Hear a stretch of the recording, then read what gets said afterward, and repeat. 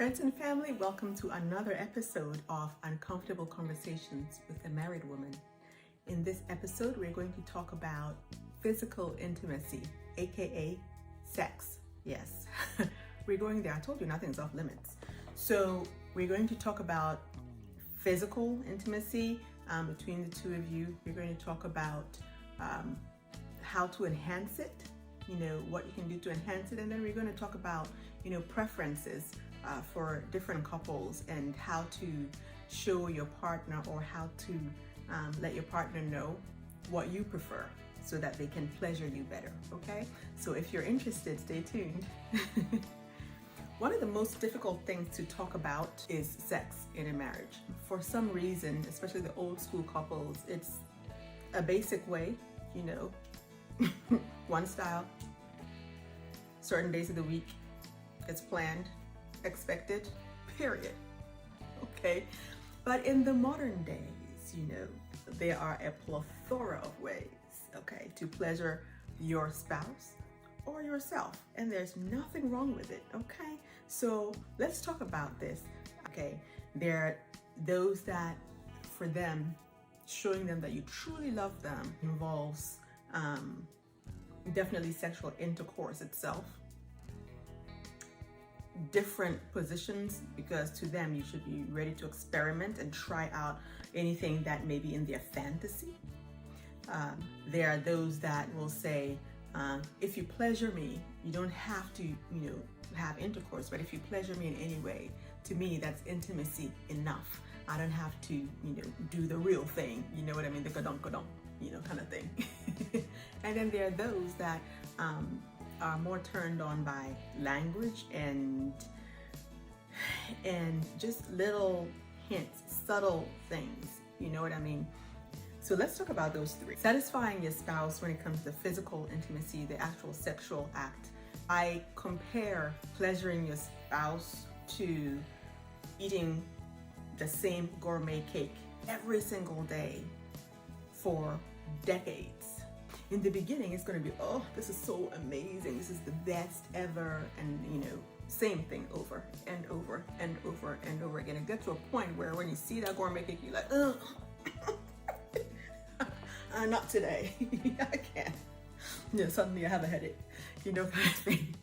So you have to, try to different things. For instance, you can put some whipped cream on the gourmet cake sometimes. You can put some cherries on it sometimes, strawberries, blueberries. I mean, listen, tweak it from time to time or do a whole upside down shift, whatever it is, but you have to change it up. Change it up. Can't do the same doggone thing every time, all day, every day, for decades. It gets to the point where even the best, that you had becomes mundane, and for one of you, it may be okay, but I promise you for the other, it's not going to be okay. So you have to figure that out, okay? So there are different things that you can do depending on what the other wants. Some people, for instance, if you know that your spouse likes lingerie, that they like to see you in it, or they like to wear it, thumbs up. Hey, to each his own, okay? Surprise them. You usually in a marriage have a routine.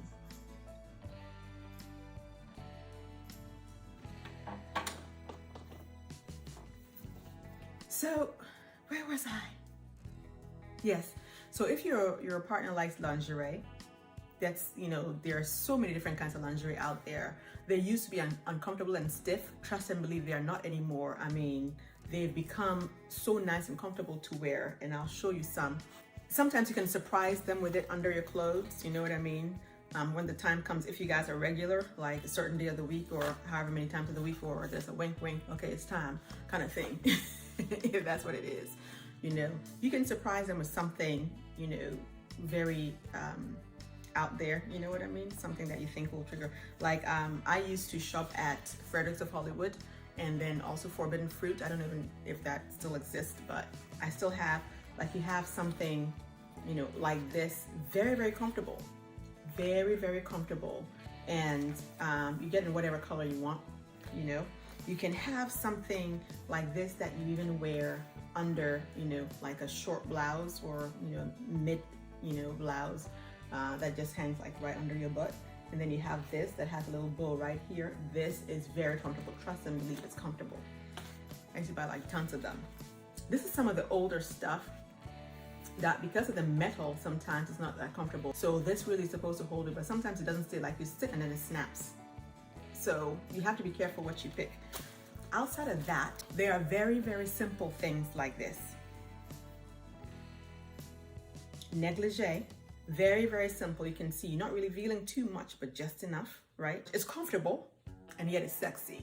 You have those also that are, if you're like me and you love pink, pink, okay? So as a female, I don't know one man yet, and I don't know all the men in the world that does not like a little something something. You know what I mean? A little something. And these are mine. I don't, I'm not saying they're the best or anything, and they are old as dirt, but they still work because you only wear them once in a while. For those that want that extra, woo woo yay yay, you have, this is really long. It's long all the way to the floor. You know what I mean? And it shows, little gaps of stuff. You know what I mean? They did it very well so that it actually covers the crotch area very nicely right there. It truly, truly is gorgeous to wear. For those of you that would just have, a shorts and a t-shirt kind of thing, you can take it up a notch a little bit. You can have your up and down, yes. One of these and a pair of shorts to match. Right there. You know what I mean? And that is very comfortable, but it definitely suggests a little something, something. Okay? Yeah, I'm ready for you, baby. But anyway, I'm playing the fool. Don't mind me. Look at my hair in a hot mess. What the heck happened? I hear people say, like, when is your birthday? When they get sex. I'm like, so 365 days out of the year, and you only get it that one day. That is a recipe for somebody to cheat. That is a recipe for somebody to yield to temptation. So you have to be very careful knowing your spouse's needs. If they're the kinds that have to have every other day, or the kind that can go once a month or once every 2 weeks, whatever it is. But you want to make sure that you're in their rhythm so that they are physically satisfied. From a woman's perspective, who is it that said this? I heard them say, the way to a man's heart is to make sure his doodads are empty and his stomach is full. That's what I heard. And trust and believe. It's that simple. For most. Of course, it's not like you're doing that and then you're insulting them, calling them names or, smacking them on the head, and you don't, no. I talk about respect and kindness all the time. Yeah, no. But, when it comes to physical intimacy, absolutely. You want to make sure that, again, to some people, food, making them their favorite dish, is sexual to them. And that can initiate a little something, you know what I mean? So you do you, boo, you do you. Then it comes to those people that want certain things, but they can't say it from you. Your spouse may want a little kinkiness, 50 Shades of Grey-ish. Okay? And they can't say it because they may think, oh, you would never go for that. I encourage you to communicate. Communication is key in any relationship, especially your marriage. Communicate. But seriously, you want to make sure that you're able to tell your spouse what you want. If you have a fantasy, it's not necessarily for your spouse. Sometimes it's for you. I love lingerie. I don't have to show it to anybody to feel feminine when I wear it. I can have lingerie under my clothes. I'm going out somewhere and I'm just wearing lingerie under my clothes and it makes me feel good, period. It's not necessarily because I want to have sex with somebody or because I want to show it off to anybody. I love myself, looking at myself in the mirror, wearing lingerie, period.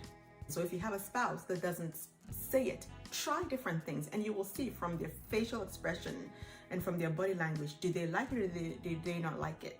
And it's okay if they don't like it. Don't get offended. Everybody's different. Just because you want it that way doesn't mean they want it that way. You have to compromise sometimes. I love dressing up, as you can see. I used to have, French maid outfit. I had a female cop outfit. I had a belly dancer outfit. I had a disco ball, kind of outfit. If I wear it around the house and you like it, come on now. If you don't, it's okay, because I love myself in it. So you have to remember that one of the sexiest things is a person's confidence. Now, I'm saying this, and I know the larger women are going to say, yeah, that's because you're small and everything. I promise you, if I had your body, because a lot of y'all large women have this and that. Yeah, baby. I'm sorry. I'm doing too much. But yes, ma'am. Yes, ma'am. I would be accentuating and effectuating and communicating, okay? Yes, ma'am. So I'm just trying to tell you, don't be ashamed of your body. Whatever you have, there's something out there that will flatter you. Look for it, and wear it with your head held high, okay? And do your thing. If you want to wear high heels with it around the house, do it. You have to remember, confidence is just like, I don't even know, it's like a main ingredient in all of this. If you wear these things and you don't have confidence, it shows through. It's not attractive to a lot of people. So you definitely want to have that confidence and go put it on. Go put it on. Go and be blessed, put it on, okay? There are folks that want to add toys, and there are all kinds of toys out there. There are different stores that have them. Find some of these stores online, but go into the store, because online is completely different from in the store. You get to touch it, you get to feel it, and it's really creepy. They're making these toys that actually feel almost like human skin. Amazing. And you have all these edibles that are so sexual and sensual, okay? So I'm just saying, you need to experiment, you need to get yourself in that zone. Listen, people go and watch pornography and fantasize about these things. There is no reason, this is my opinion, when you're married, for your spouse to find satisfaction in that. You can be it for your spouse and more. Yes. It is not rocket science. You try a little bit of this, try a little of that. You will figure out what your spouse likes if they're not the kinds that will vocalize and tell you straight away. Make your spouse feel like they are your everything, second to God. Absolutely. You want to make sure that there's no doubt in their minds that you are here to partner together and to make each other's lives better and to love on one another and to satisfy the desires that you each have, from the other. As you can see, I mean, the road is long in marriage, and unless you spice it up, you're gonna get bored really quickly. And there are so many annoying things that will happen in everybody's marriage that will be a turn off. So the little things that you can do to spice it up, you better get on with it. You better get on it so that your journey of marriage is going to be fantabulous and fantastic. Now remember, before we go, in order to have a good and content marriage, you need to be kind to yourself and your spouse, and you need to be respectful to yourself and your spouse, okay? So until next time, you have a blessed week.